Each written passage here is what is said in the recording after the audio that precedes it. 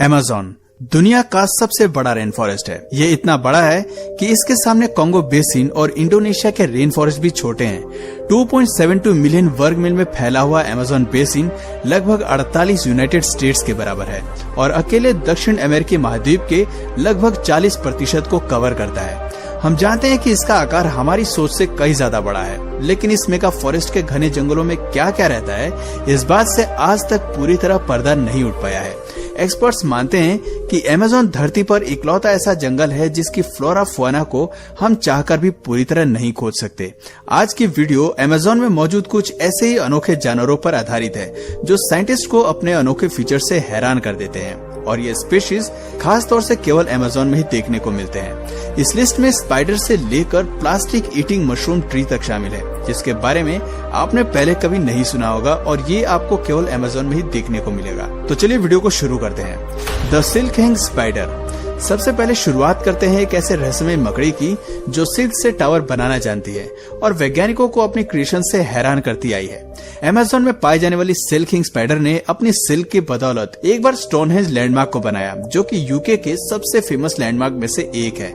इस फुटेज में आप खास तौर पर देख सकते हैं कि कैसे ये स्पाइडर अपने सिल्क की मदद से उस आकृति को बुन रहा है। पेरू में इस संरचना को सिल्क हेंज भी कहा जाता है। ये अमेज़न में पाए जाने वाले इस स्पाइडर का स्पेशल फीचर है। आपको जंगल के कई इलाकों में पेड़ पर बने हुए सिल्क टावर मिलेंगे जिन्हें सिल्क की दीवार से घेरा हुआ होगा। एक्सपर्ट्स का मानना है कि ये जीव स्पाइडर की एकदम अलग प्रजाति है, जिसका डीएनए किसी भी दूसरी स्पाइडर प्रजाति से नहीं मेल खाता।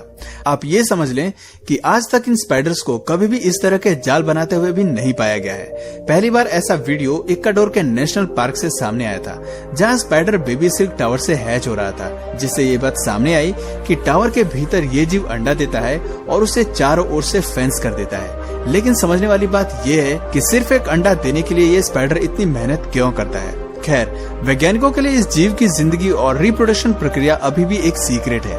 तो अब चलिए जानवरों से हटकर अमेज़न में बसने वाले इंसानों पर गौर कर लेते हैं। ब्राजील में अमेज़न के जंगलों में हमें कुछ आदिवासी कबीले देखने को मिलते हैं।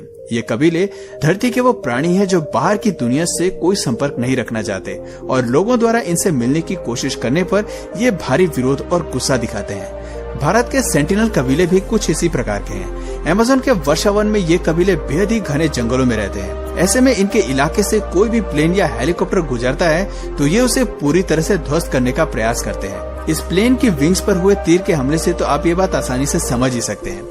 एक्चुअली उन्हें हमारी दुनिया के अस्तित्व में कोई दिलचस्पी नहीं है। जरा सोचिए, उन्हें हमारी दुनिया कैसी दिखती होगी। उनका व्यवहार तो यही कहता है कि हमारी कम्युनिटी और विकास से वो बिल्कुल भी प्रभावित नहीं होना चाहते और प्रकृति के साथ ही जीना चाहते हैं। Glass frogs of Amazon. हालांकि धरती पर आपको कई अनोखे और हैरान करने वाले एम्फीबियन देखने को मिलेंगे, लेकिन यकीन मानिए अमेज़न के ग्लास फ्रॉग्स जैसा कोई नहीं मिलेगा।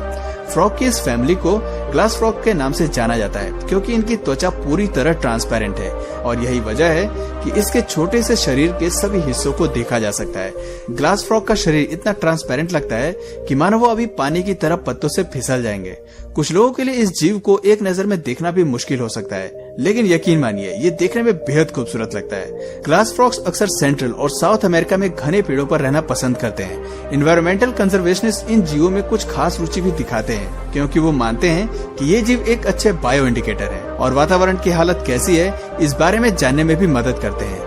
जैसे जैसे जलवायु में परिवर्तन आ रहा है, इस जीव की संख्या में भी गिरावट देखी जा रही है क्योंकि ग्लास फ्रॉग जिन जंगलों में रहना पसंद करते हैं वो धीरे धीरे सूख रहे हैं और इनकी जिंदगी मुश्किलों भरी होती जा रही है। ऐसे में इनकी हैबिटेट का खास ख्याल रखने की जरूरत है। Plastic eating mushroom. हम सभी जानते हैं कि आज के समय में प्लास्टिक एक बड़ी समस्या बन चुकी है, लेकिन सवाल यह है कि क्या इस परेशानी को सुलझाया जा सकता है? अगर आप अमेज़न के जंगलों की ओर नजर दौड़ाएं तो इसका जवाब है हाँ।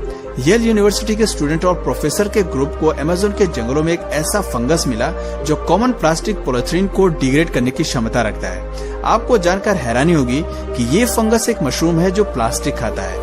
अमेज़न के जंगलों में पाया जाने वाला ये मशरूम प्लास्टिक को खाकर भी जिंदा रहने की क्षमता रखता है। दरअसल ये मशरूम प्लास्टिक प्रोडक्ट्स में मौजूद मेन इंग्रेडिएंट पॉलीथीन को खाकर उसे ऑर्गेनिक मैटर में बदल सकता है। इसके अलावा ये फंगस बिना ऑक्सीजन के भी जीवित रह सकता है। ये मान लीजिए कि आने वाले भविष्य में हम इस मशरूम का इस्तेमाल अपने प्लास्टिक लैंडफिल्स को साफ करने के लिए कर सकते हैं, लेकिन एक फंगस के लिए इंसानों द्वारा उत्पादित सभी प्लास्टिक को खाना एक बड़ा और मुश्किल टास्क होगा। लेकिन वैज्ञानिक मानते हैं कि हम किसी दूसरी तरह इस टेक्नोलॉजी का इस्तेमाल कर सकते हैं। The boiling river. साइंस और मिथ दोनों बॉइलिंग रिवर की कहानी अलग अलग नजरिए से देखते हैं। अमेज़न के रेन फॉरेस्ट में मौजूद ये नदी कई सालों तक वैज्ञानिकों के नजर से छिपी रही। हालांकि कई कथाएं अमेज़न में एक ऐसी नदी के होने का जिक्र करती थी, लेकिन सदियों तक इसके बारे में कोई जानकारी हाथ नहीं लगी। लेकिन जब ये नदी असल में वैज्ञानिकों के सामने आई तो उन्हें एहसास हुआ कि ये दुनिया में मौजूद सबसे बड़ी थर्मल रिवर है, जिसका पानी हर समय उबलता रहता है। ये नदी सेंट्रल अमेज़न पेरू के घने जंगलों के बीच है। जैसे जैसे आप नदी के मेन स्ट्रीम तक पहुंचते हैं, पानी का तापमान धीरे धीरे बढ़ने लगता है और एक पॉइंट पर यह तापमान 132 डिग्री सेल्सियस तक पहुंच जाता है। दरअसल जियोथर्मल सरफेस की वजह से इस नदी का पानी का इतना गर्म रहना वाजिब है। नदी के पास हमें कई सारे थर्मल वाटरफॉल्स भी देखने को मिलते हैं, जिसमें सबसे खास 20 फुट लंबा वाटरफॉल है। दिखने में ये नदी जितनी खूबसूरत है, समुद्री जीवों के लिए उतनी ही जानलेवा है। एक बार इसमें गिरने पर आप उसी समय बॉयल हो सकते हैं। Amazonian pink dolphins. समुद्र में मिलने वाली डॉल्फिन्स का रंग भले ही अलग हो, लेकिन अमेज़न की नदियों में गुलाबी रंग की डॉल्फिन्स पाई जाती है। कई लोगों को लगता है कि पिंक रंग के डॉल्फिन्स मिथिकल हैं और ये अस्तित्व में नहीं है, लेकिन ये जीव असली हैं और अमेज़न की नदियों में आपको कई पिंक डॉल्फिन्स देखने को मिलती हैं। अमेज़न रिवर डॉल्फिन्स केवल फ्रेश वाटर में रहना पसंद करती हैं और इनका रंग गुलाबी होता है। इसे लेकर वैज्ञानिकों के मन में कई सवाल हैं, जिनके जवाब आज तक नहीं खोजे गए हैं। पिंक डॉल्फिन्स की स्पीशीज में सबसे मशहूर है द बोट्टो, जिसका रंग गहरा पिंक होता है। अमेज़न में इसकी संख्या 10,000 तक हो सकती है। हालांकि इसकी 40% प्रजाति साउथ अमेरिकी कॉन्टिनेंट में मौजूद है। हाल ही के सालों में कई डैम और हाइड्रो इलेक्ट्रिक प्रोजेक्ट के चलते इसकी संख्या में भारी गिरावट देखी गई है और बोट्टो डॉल्फिन्स इससे सबसे ज्यादा प्रभावित हुई है। इसके अलावा इंसानों द्वारा नदी का पानी गंदा करने की वजह से भी इसकी तादाद कम होती जा रही है। The bizarre Poto. अमेज़न में पाए जाने वाले जरा इस जीव की आंखों को देखिए।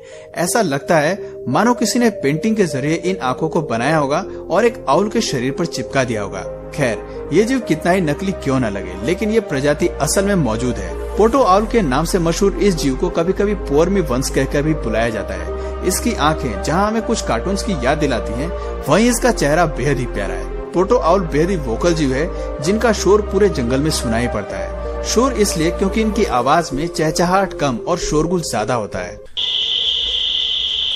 लेकिन ये इसका सबसे जरूरी फीचर नहीं है। अमेज़न में पोटो आउल को लकड़ी के साथ कैमोफ्लेज करने के लिए जाना जाता है। इस फीचर के इस्तेमाल से ये खुद को सभी जीवों से सुरक्षित करके रखता है। इस जीव का कैमोफ्लेज इतना सटीक होता है कि इसे ढूंढ पाना बहुत मुश्किल होता है। पेड़ पर बैठे पोटो आउल को देखने के बाद भी आप ये नहीं बता सकते कि ये कोई जीव है या कोई पेड़ की टहनी। इसके अलावा जितनी मजाकिया पोटो आउल की आंखें होती हैं, वो उतनी ही दूरी से अपने शिकारियों को पहचानने के काबिल होती है।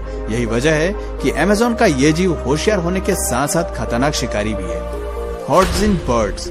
ये सच है कि स्क्रीन पर दिखने वाली ये चिड़िया बेहद ही बदबूदार है। हॉर्टजिन बर्ड्स अमेज़न में पाए जाने वाली सबसे अलग और अनोखी चिड़िया है, जो शारीरिक और व्यवहारिक दोनों रूप से अजीब है। असल में ये पक्षी एक लीफ ईटर है और आकार में बड़ा होने के कारण भारी मात्रा में पत्तों का सेवन करती है। ऐसे में इसका डाइजेस्टिव सिस्टम गाय की तरह खाने को फर्मेट करता है और छोड़े गए मल पदार्थ से इसके शरीर में बदबू पैदा करता है। ये बदबू बेहद ही असहनीय होती है। जाहिर सी बात है, शरीर में ज्यादा एनर्जी के लिए भारी मात्रा में भोजन को प्रोसेस करना होता है। इस पूरी प्रक्रिया को होने में 45 घंटे का समय लगता है। इस दौरान ये पक्षी जंगल में काफी एक्टिव दिखाई पड़ती है, लेकिन इसके शरीर की बदबू के चलते कोई इसका शिकार करने में रुचि नहीं दिखाता। यहाँ तक कि इंसान भी इस चिड़िया से दूर ही रहते हैं। तो दोस्तों, ये थी अमेज़न के जंगल में पाए जाने वाले कुछ जानवरों की ऐसी अनोखी प्रजातियां जो हमें केवल अमेज़न में ही देखने को मिलती हैं। इनमें से कुछ के बारे में अभी भी पूरी जानकारी इकट्ठा नहीं की गई है। तो दोस्तों, आपको इनमें से सबसे अनोखा कौन सा लगा, कमेंट करके जरूर बताइए।